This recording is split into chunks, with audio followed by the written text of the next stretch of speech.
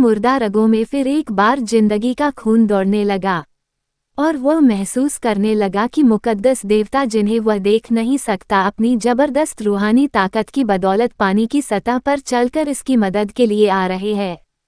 और वह दयार गैर में एक खानुमा मुसाफिर की हैसियत से नहीं बल्कि शूद्रों की नापाक बस्ती में हिंदू समाज के लाडले बेटे की हैसियत में दाखिल हुआ है।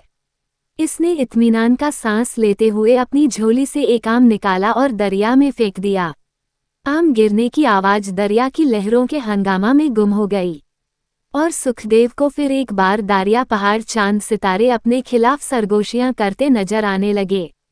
इसकी रगों में खून की रफ्तार सुस्त पड़ने लगी। अछूतों के लिबास में सितन रसीदा इंसानियत की पुकार फिर एक बार इसके ज़मीर का दरवाजा खटखटाने लगी। सुखदेव ने महसूस किया कि हिंदू समाज के मुकद्दस देवता जो पानी की सतह पर चलकर इसकी मदद को आए थे फिर अपने अपने मंदिरों में जाकर सो गए थे और वो फिर एक बार अकेला चट्टान पर खड़ा जमीन आसमान की लामहदुद फजा में खड़ा फितरत तल्ख हकीकतों का सामना कर रहा था।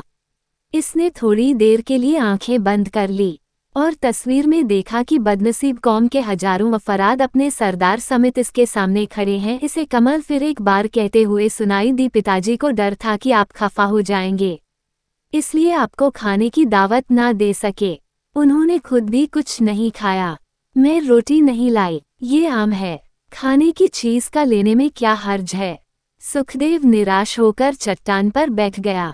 इसने अचानक यह महसूस किया कि वह आम जिसे वह दरिया में फेंक चुका था, दूसरे किनारे पर जहां से देवताओं की मुकद्दस जमीन शुरू होती है जा लगा है और मुकद्दस देवता इसका मीठा फल खा रहे हैं। सुखदेव के दिल से तोहमात का नकाब भी उठ गया। इसने अपनी झोली से दूसरा आम निकाला और दरिया के लहरों या देवताओं की जमीन की बजाय अपने भूखे पेट को इसका ज्यादा हकदार समझते हुए खाने लगा। भूखे पेट ने अछूत लड़की के अपवित्र आम की मिठास और जायके की जी भरकर दाद दी। आम खत्म करके सुखदेव गुठली दरिया में फेंकने लगा था कि अचानक किसी कारण इसने हाथ रोक लिया। इसने गुठली अपने करीब रख ली। तमाम खा चुकने के बाद उसने गुठली और छिलके वहां से उठाए और वापस पहुंचकर अपनी चारपाई के करीब ढेर कर दिए।